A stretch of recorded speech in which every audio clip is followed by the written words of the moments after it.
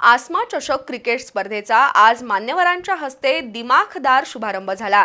2 दिवसांच्या या स्पर्धेत विविध प्रसार माध्यमांचे संघ सहभागी आहेत।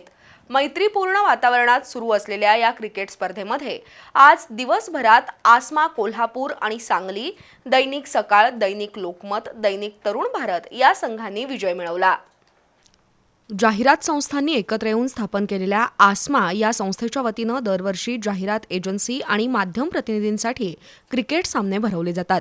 कोल्हापुरातील शास्त्रीनगर मैदानावर आज आसमा चषक क्रिकेट स्पर्धा सुरू झाली।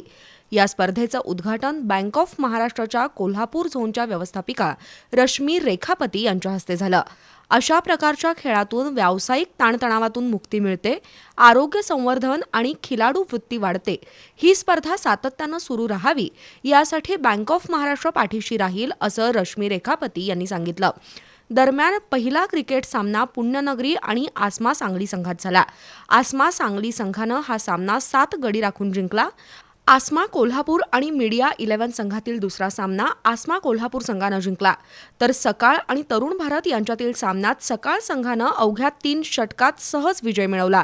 चौथा सामना अत्यंत चुरशीनं झाला। लोकमत आणि पुढारी संघातील हा सामना लोकमत संघानं केवळ 1 धावेनं जिंकला, तर आसमा सांगली आणि तरुण भारत यांच्यातील सामन्यात आसमा सांगली संघानं सहज विजय मिळवला। रविवारी उपांत्य फेरी आणि अंतिम फेरीचे सामने होणार आहेत।